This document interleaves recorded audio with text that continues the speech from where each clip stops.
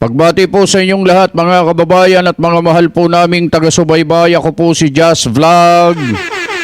Meron po kasi akong napanood na video dito sa The Religion Supporter page. At ang caption na nakalagay dito, "It's time to obey the Iglesia ni Cristo." Ang nagsabi nito ay si Dr. Melba Maggay, mga kababayan. Bibigyan lang po natin ito ng reaksyon, mga kababayan. Pero bago natin bigyan ng komento yan, mas maganda po, panoorin po muna natin yung video para alam natin ang kanilang sinasabi, mga kababayan. Ito po yung video. Sa tingin ko, panahon na para tapatan natin ang Iglesia ni Cristo. Sa tingin ko, sabi niya, panahon na para tapatan natin ang Iglesia ni Cristo. Hindi ko alam kung sa anong banda nila tatapatan ang Iglesia ni Cristo. Tuloy natin. Tapatan na rin po si Kibuloy. Ang lahat po ng mga sinasabing kulto na nakahanay dito sa destabilization plan. Playbook na po ito nilabas na po doon sa Kongreso ito na magkakaroon ng destabilization. Mga kababayan, meron daw pong inilabas sa Kongreso na magkakaroon daw po ng destabilization. At ang binabanggit niya rito na magsasagawa, batay sa kanyang pagsasalita rito, mga kababayan, ay ang mga kaanib sa Iglesia ni Cristo at ang grupo ni Pastor Kibuloy, mga kababayan. Tuloy natin. Para mawala sa trono si Marcos. Para mawala daw sa trono si Marcos. Yan daw ang dahilan kung bakit magkakaroon di umano ng destabilization plan. At sila po ay sa tulong ng mga kulto, kunyari people power. Nakita natin to kay Senator Bato. Nagpadala pa ng mga kunyari people power doon sa Senado. At meron pang prayer vigil. Alam po ninyo, ang demonic always, wala siyang originality. Ini-imitate palagi ang tunay na galaw ng kapangyarihan ng Diyos. Alam niyo mga kababayan, yung sinasabi niya rito, yung demonyo daw ay wala siyang originality. Ang ginagawa palagi daw ay nag-i-imitate, unang gagaya, mga kababayan. Pero napansin niyo, doon sa unang sinasabi kanina ni Lola, doon sa pambungad na pananalita niya, sabi niya, panahon na para tapatan natin ang Iglesia ni Cristo. Sa makatwid, mga kababayan, doon pa lang sa una, parang sila na po ang nanggagaya. Gusto nilang gayahin yung kaisahan ng Iglesia ni Cristo, mga kababayan. Tuloy natin. Kaya ngayon, yung merong people power o meron din silang people power, no? Na ilalabas. Ayan. Noon po kasi nagkaroon po ng people power. Hindi po natin malilimutan yan. Talagang nagkaroon. Pero pinalalabas niya rito, mga kababayan, na meron din daw ilalabas na people power ang Iglesia ni Cristo at ang grupo ni Pastor Kibuloy. Ganun ang gusto niyang sabihin dito, mga kababayan. Playbook na po nila yan. Kasama nila palagi ito. So siguro, huwag tayong matakot. It's time to name names. Dahil alam po nyo, matagal na kaya ganito rin ang ating pamahalaan. Kasi, ilan ba sila? 3-4 million na mga voters, no? Tayo ilan? Napakarami natin. Pero kasi wala tayong pakialam. Ayan, mga kababayan ilan ba sila? Sabi niya, 3 to 4 million na mga voters lang. Hindi naman po kami nakikipagparamihan, Lola. Ano po? Pero sabi niya, ang tinutukoy niya, yung relihiyon nila, Iglesia Katolika, napakarami natin. Pero sabi niya, wala tayong pakialam. Ibig sabihin, inaamin niya rito, mga kababayan, na bagamat ganun sila karami, dahil mas marami naman talaga sila mga kababayan, wala po silang pakialam. Ibig sabihin, hindi po sila nagkakaisa katulad ng ginagawa ng Iglesia ni Cristo. For the longest time, nakahilera yung mga politiko dito sa simbahan na ito dahil nagba-block voting sila. Abay, mga kababayan, for the longest time, sabi niya, nakahilera daw yung mga politiko sa simbahang ito. Ang tinutukoy niya rito, mga kababayan, ay ang Iglesia ni Cristo. Malalaman niyo po mamaya na ang tinutukoy talaga dyan na simbahan ay ang Iglesia ni Cristo, mga kababayan. Pumipila daw, humihilera daw yung mga politiko para humingi ng tulong at suporta sa Iglesia ni Cristo.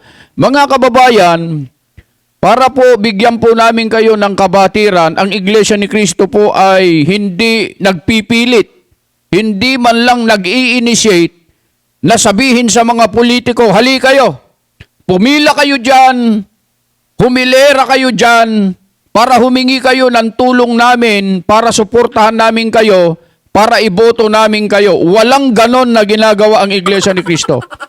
Ang pinakamabuting gawin po ninyo, Lola, kausapin po ninyo yung mga politiko na kaanib nyo sa Iglesia Katolika, sabihan nyo po sila na wag na po silang lumapit, wag na po silang humingi ng tulong at suporta sa panahon ng eleksyon para nang sa ganon, maalis yung mabigat na problemang pinapasampu ninyo. Kasi problema po nila yan eh.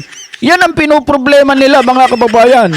Yung paglapit daw, paghilera at pagpila ng mga politiko sa Iglesia ni Cristo para humingi ng tulong, mga kababayan. Yun ang pinoproblema nila eh. Hindi po tama yun eh. Democracy tayo eh. Hindi raw po tama yun, mga kababayan. Hindi sabihin nyo sa mga karelihiyon ninyong politiko, sabihin nyo hindi tama na pumunta kayo na humingi ng tulong. Sabihan nyo po sila na huwag silang pipila at humingi ng suporta sa Iglesia ni Cristo. Sabihan nyo. Hindi pwede yung ini-skew yung eleksyon dahil merong isang kulto nagsasabi, lahat kayo bumoto sa ganitong kandidato. Ini-skew daw yung eleksyon. Ibig sabihin, ini-skew, binabaluktot, nililihis, niloloko lang yung eleksyon para nang sa ganun ay itong mga kandidatong ito na lumalapit sa Iglesia ni Cristo ay magkaroon ng kapangyarihan. Mga kababayan, tuloy natin.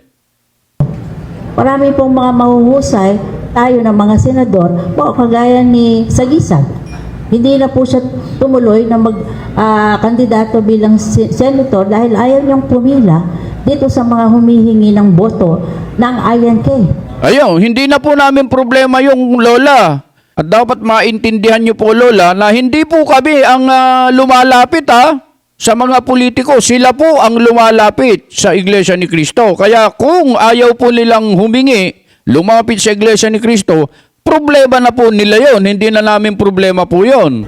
At ganito po ang problema natin na malaki na hindi natin sinasabi. And I think it's time to name this, no? Yan, narinig nyo. Ito ang problema natin na malaki. Kaya mga kababayan, kanina nasabi namin yun eh. Napangunahan namin tuloy. Yun ang problema nilang malaki. Yung paglapit, paghingi ng tulong ng mga politikong ito na tumatakbo sa eleksyon at humihingi ng tulong sa Iglesia ni Cristo. Ito ang pinakamalaking pinoproblema po nitong mga taong ito, mga kababayan. That from time immemorial, they have been skewing the democratic process. In other words, a minority religion na kulto, no, ay nakapangyayari. Kaya marami silang mga Minority religion na kulto, mga kababayan, hindi naman namin sinasabing majority po kami. Minority, oo, talagang ganyan po sila magsalita sa Iglesia ni Cristo, minority religion. Kukunti lang po kasi, mga kababayan, ang mga kaalib sa Iglesia ni Cristo, hindi ganong karami. galamay sa ating gobyerno. Eh tayo, anong ginagawa natin? Ang mga Katoliko, 18 million. Ang mga Ebangheliko, 25 million. Ayan ang dami nila Ang Iglesia Katolika daw, mga kababayan, 80 million. Ang iba pa daw, na mga relihiyong kasama nila, 25 million. Samantalang ang Iglesia ni Cristo, 3 to 4 million lang daw, mga kababayan. Mas marami talaga sila sa bilang, mga kababayan. Bakit hindi tayo magkaroon ng isang coalition na sadyang magiging boses ng ating Panginoon. Bakit daw hindi tayo magkaroon ng koalisyon na siyang magiging boses? Parang sinasabi rito, mga kababayan, iminumungkahi niya na dapat magkaroon sila ng boses. Ibig sabihin, yung pagkakaisa na katulad ng ginagawa sa Iglesia ni Cristo, na ang pamamahala ang siyang nagsasalita at lubos na sumusunod, nagpapasakop ang mga kaalip sa Iglesia ni Cristo sa pamamahala. Ito ang gusto nilang mangyari. Pero mga kababayan, sa nakikita natin ngayon, mga kababayan, kahit na napakarami po nilang bilang, 80 million, 25 million, pero hindi po sila nagkakaisa, mga kababayan. Ito ang nilulunggati po nila, pinapangarap, pinimithi na mangyari sana sa kanila, pero hindi nila ito magawa-gawa, mga kababayan, ha? Sa panahon na ngayon. Yun lamang po. Okay. Maraming salamat, Dr. Magay. Ayan, mga kababayan, babalikan lang po natin yung binanggit niya kanina. Na binanggit po niya kasi na meron daw destabilization plan. Ang Iglesia ni Cristo, isinama pa ang grupo ni Pastor Kibuloy, mga kababayan, para nang sa ganon ay alisin sa trono si Pangulong Marcos. Ganon ang kanyang sinasabi kanina, mga kababayan. Mga kababayan, meron po kaming ipapapanood sa inyo na maikling video lang. Noong kami ay nagsagawa ng isang rally na pinangunahan po ng Iglesia ni Cristo kasama ng ating mga kababayan, ang rallying yon ay ganito, yung uniforme namin, Transparency for a Better Democracy, mga kababayan. Yan yung isinagawa po namin nitong I think November ba yun? O basta, 3 araw po sana yon. Pero naging 2 araw na lang, mga kababayan. Gusto po naming ipapanood po sa inyo yung speech, diskurso ng aming tagapagsalita na si kapatid na Edwil Sabala. Tingnan natin dito, mga kababayan, sa mapapanood po ninyo ngayon, tingnan natin kung yung bang sinasabi ni Dr. Melba Magay na destabilisasyon, parang manggugulo daw, aalisin sa trono si Pangulong Bongbong Marcos. Ganito ba ang layunin? Ganito ba ang isinusulong ng Iglesia ni Cristo? Yung katulad ng sinasabi ni Dr. Melba Magay kasama itong mga pare, mga kababayan? Eto, pakinggan nating mabuti at panoorin nating mabuti ang bidyong ito. Tawagan natin ito para sa transparency. Hindi po natin nilalabanan ang mismong pamahalaan. Hindi po natin anya nilalabanan ang mismong pamahalaan. Makinig po kayo, ha? Ang ating nilalabanan ay ang kasinungalingan at kasamaan. Ang ating nilalabanan ay ang kasinungalingan at kasamaan, hindi ang pamahalaan. Madam Lola Melba Magay, sana po mapanood nyo po ito para nang sa ganon ay magkaroon po kayo ng kabatiran kasi parang hindi nyo po yata alam yung sinasabi nyo, Lola. At hindi nyo yata napanood, hindi nyo yata nakita itong isinagawa, napakalaking rally po ito, ha. Pero parang hindi yata nakarating sa inyong kaalaman nito. Sana i-share nyo po ito, mga kababayan, para mapanood ni Lola at saka nito. At saka ito, si Father Robert Reyes ba to? Tama ba yung pangalan niya, Robert Reyes? Basta Father Reyes ito. Tuloy natin. Hindi po natin layunin na pabagsakin ang gobyerno bilang institusyon. Hindi natin layunin na pabagsakin ang gobyerno bilang institusyon. Lola Magay, meron po ba kayong narinig na destabilisasyon? Wala po, ano po? Kaya yung sinasabi nyo ay hindi po totoo yan. Ha?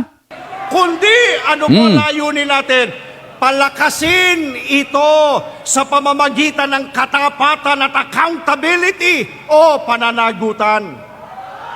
Yan po ang diwa ng ating mga isinusulong. Transparency upang makita ng lahat ng katotohanan. Accountability upang mapanagot ang mga nagkasala at maibalik ang ninakaw sa bayan. Justice upang pairali ng batas ng walang kinikilingan. Baka hindi nila tayo narinig. Baka hindi nila narinig yung panawagan nating transparency, accountability, justice. Baka dapat iparinig natin. Isa-isahin po natin sa kanila. Ano po yung una?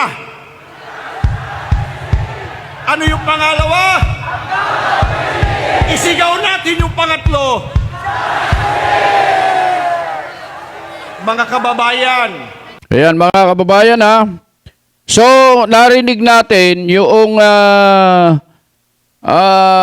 binanggit, yung speech ng kapatid na Edwil Sabala. Yan po yung panahon ng rally na pinangunahan ng Iglesia ni Cristo kasama ang ating mga kababayan. Napakarami pong dumalo dyan. At ang isinusulong po namin dyan, mga kababayan, yung transparency, accountability, peace, at justice. Yan po ang isinusulong natin dyan, mga kababayan. Palakasin ang gobyerno.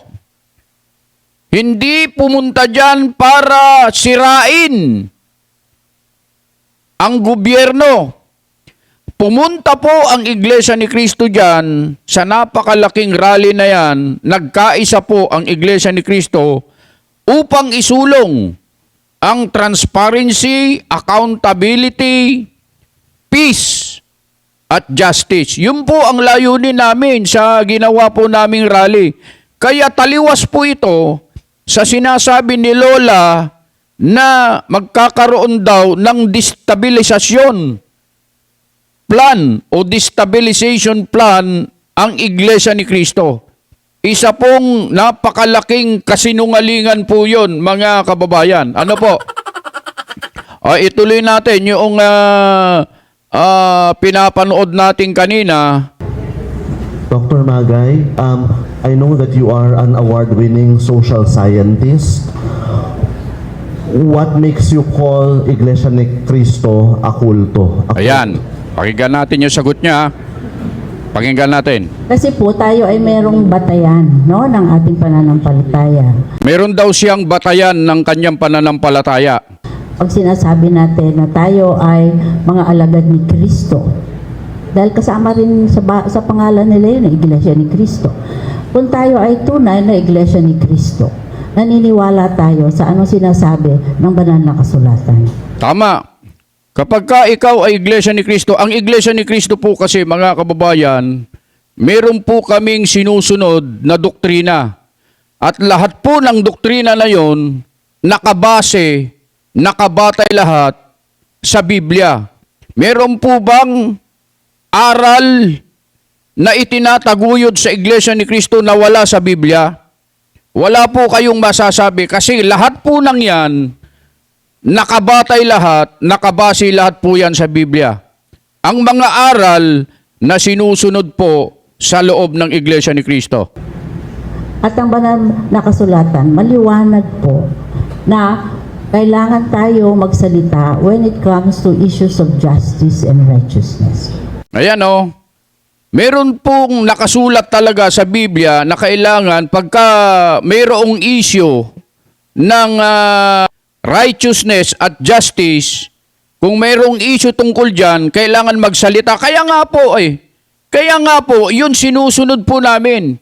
Kaya po lumabas, kaya po nanawagan ang Iglesia ni Cristo dahil dyan sa sinasabi niyo po, Madam.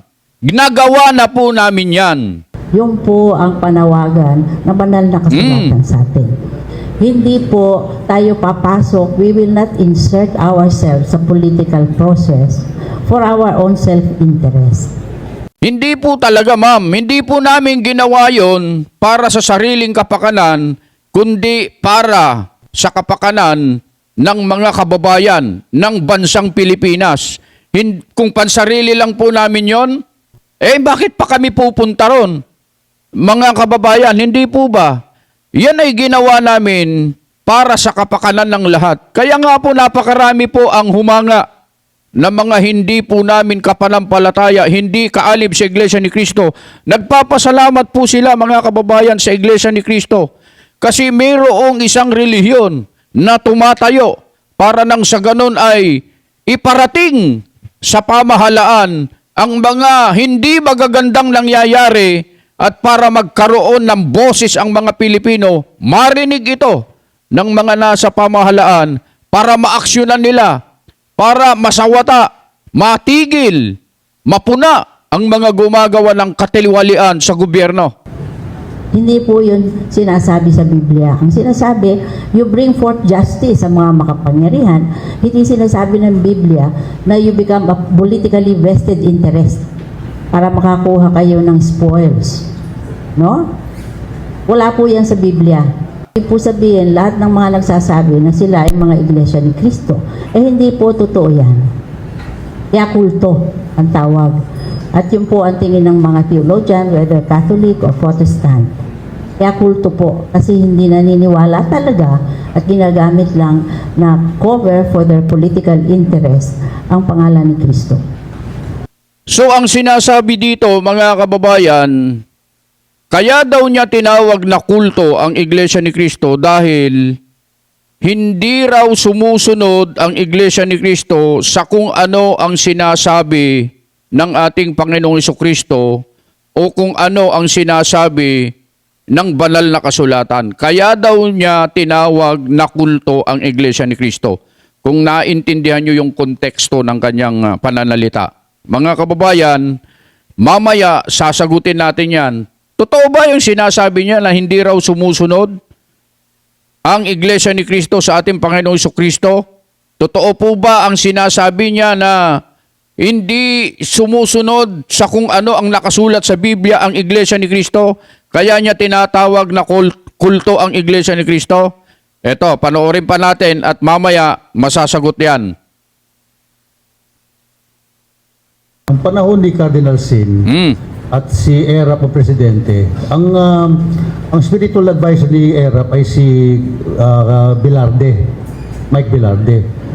At ako sa isang at si Erap ay ang daming ginagawang hindi maganda. Kaya nagpatawag na meeting si Cardinal Sin at tinanong niya, nandun si Mike Bilarde, at tinanong niya si Mike, can you please explain to us what your role as spiritual director of Erap is?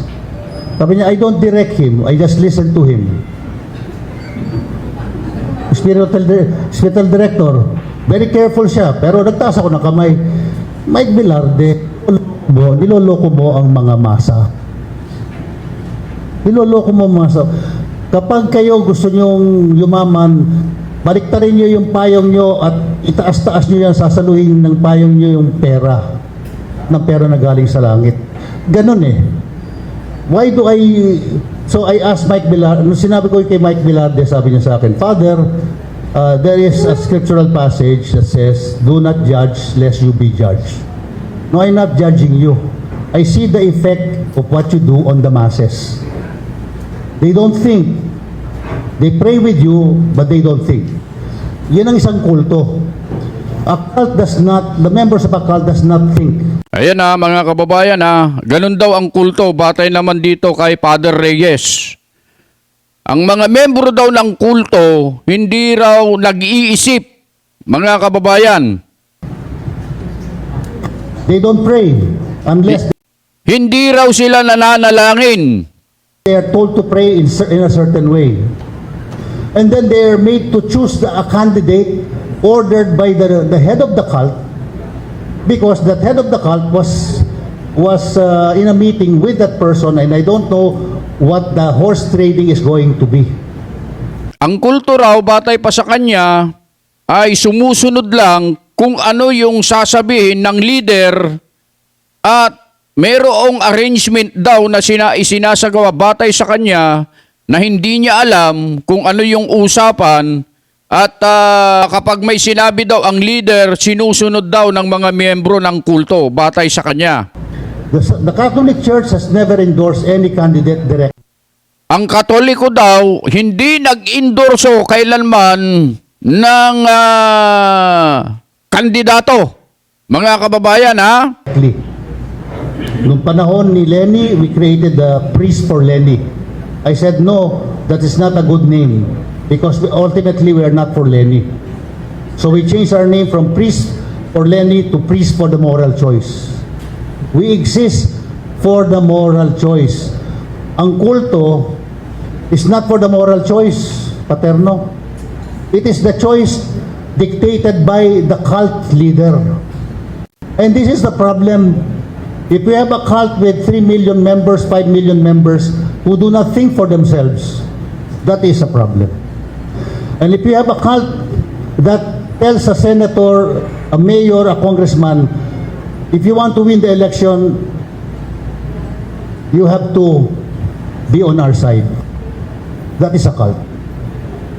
A real church will ask the people to pray and to discern and seek the will of God and to seek the good of the people. Yan po ang problema natin. Kaya salamat Ate Melba, ikaw yung kauna-unahang nagsabi ng pangalan ng kulto. Ayoko pong manguna pero papangalawahan ko na po. Ang Iglesia ni Cristo po, nananawagan ako sa lahat ng kapatid sa Iglesia ni Cristo, magdasal, mag-isip, pumili. Ayan, nananawagan po si Father Reyes sa mga kapatid sa Iglesia ni Cristo na magdasal. Padre, hindi po kami nagdadasal. Wala pong nagdadasal na Iglesia ni Cristo kaya hindi uubra yung panawagan mo sa amin. Bagkos, kami po na mga kaanib sa Iglesia ni Cristo ay nananalangin. Hindi po dasal. Kayo ng tama, wag lang kayo makinig sa dikta ni Manalo. It is, kung ang pangalan ng simbahan nyo, Iglesia ni Cristo, pray, listen, seek the will of God through His Son, Jesus Christ. Thank you. Ayan, mga kababayan, ulitin nga natin dun sa bandaron. Meron akong gustong ipapansin dito, mga kababayan. Ulitin natin yung bandaron. It comes to issues of justice.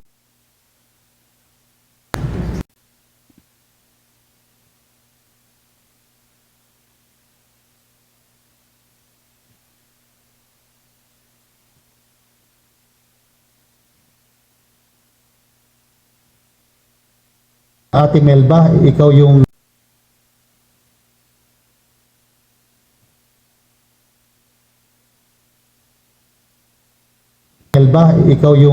kauna-unahang nagsabi ng pangalan ng kulto. Ayoko pong manguna pero papangalawahan ko na po. Ang Iglesia ni Cristo po, nananawagan ako sa lahat ng kapatid sa Iglesia ni Cristo, magdasal, mag-isip, pumili kayo ng tama, wag lang kayo makinig sa dikta ni Manalo. It is, kung ang pangalan ng simbahan nyo, Iglesia ni Cristo, pray, listen, seek the will of God through His Son, Jesus Christ. Thank you. Yan po mga kababayan, napanood po natin yung sinabi ni Dr. Melba Magay at nitong si Padre Reyes. Robert Reyes, ba pangalan nito? Oo.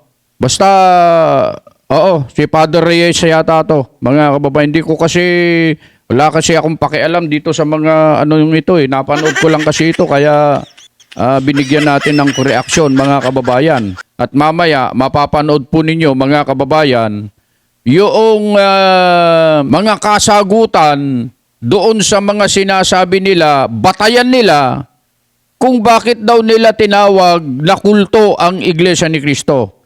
Sasagutin ng mapapanood ninyo, ganun ba talaga ang ibig sabihin ng kulto? Mga kababayan, katulad ng sinasabi nitong paring ito at saka ng lolang ito. Ito panoorin ninyo at pakinggan ninyong mabuti. Ano ba talaga ang ibig sabihin ng kulto? Ito. Hi, my name is Sam. I've set out on an adventure of epic proportions. I've searched far and wide, near and far, through every belief, religion, and every faith imaginable, every holy book, translation, every scripture. I was on a quest for the ultimate truth until I found this. Church of Christ. Let's check them out. Hi, friends. So, I was telling someone about all the interesting things I've learned so far about the Iglesia Ni Cristo. So, I was surprised when they asked me, aren't they a cult? Well, I didn't really have an answer for them, so I figured I'd ask the question myself, here with Brother Michael. So, Brother Michael, this may seem like an odd question, but are you guys a cult? Hey, Sam. Actually, it's a very good question, and one we are more than happy to answer. Well, are you? To answer your question, Sam, no. The Iglesia Ni Cristo is not a cult. Let me ask you this, Sam. What do you think a cult is? Well, I don't know the dictionary definition, but when I hear the word cult, the first thing that comes to mind is this movie, Midsommar. Everyone is dressed the same, blank stares. They only speak when spoken to. They say the same things. It's a little creepy if you ask me. That's a pretty vivid picture, Sam. But when you look at the actual definition in the dictionary, the definition is pretty boring. So this is the definition. Extreme admiration for someone or something. Pretty straightforward, pretty straight to the point, right? So let me break it down for you some more, Sam. So based on this dictionary's definition, if you admire the greatest basketball player of all time, obviously I'm talking about Michael Jordan, Obviously. you're part of his cult. Oh, wow. I never thought about it that way. I think I'm a part of a lot of cults then. It's true. It's a pretty generic definition. However, movies like the one you mentioned earlier have painted a destructive and often inaccurate picture for most people of what they picture all cults to be. But back to your question. Is the Church of Christ a cult? Well, Sam, maybe the question should be, why do you think we're a cult? Is it because we believe, admire, and follow our Lord Jesus Christ? Why do we do that? As it is written in Luke chapter 6, and we'll read verse 46, this is what the Bible states. But why do you call me Lord, Lord, and not do the things which I say? Jesus is the leader of his church, and he expects his followers to obey for their own good. So are you saying, Sam, that Jesus is leading a cult? Or is it because we strive to follow God's words without hesitation or doubt? As it's written here in Matthew chapter 10, verse 38. And he who does not take his cross and follow after me is not worthy of me. So the reason why we follow with no hesitation or doubt, because Christ tells us to follow after him, to be worthy of him. Do people think we're a cult because we follow the guidance of the church administration? Well, why do we do this? Let's read here in Hebrews chapter 13, and the verse we're going to read is verse 17. This is what the Bible states. Hebrews 13, verse 17. Obey your spiritual leaders and submit to them, recognizing their authority over you. For they are keeping watch over your souls and continually guarding your spiritual welfare as those who will give an account of their stewardship of you. Let them do this with joy and not with grief and groans, for this would be of no benefit to you. So if your friends are warning you that we're a cult like the ones seen in the movies, then no, we are definitely not that. But if they are warning you because we are inflexible in our determination to follow God's words provided to us by the administration He's placed, well then maybe I should ask you about the type of church you're looking for. Thank you so much, Brother Michael. Those are really great points, and you've really given me a lot of clarity about this question. I'd really love to learn more about what makes the Church of Christ unique.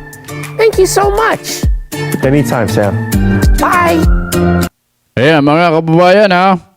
Kaya po yan ang ipinapanood po namin sa inyo mga kababayan para hindi po sa amin mismo manggaling yung pagpapaliwanag biblically.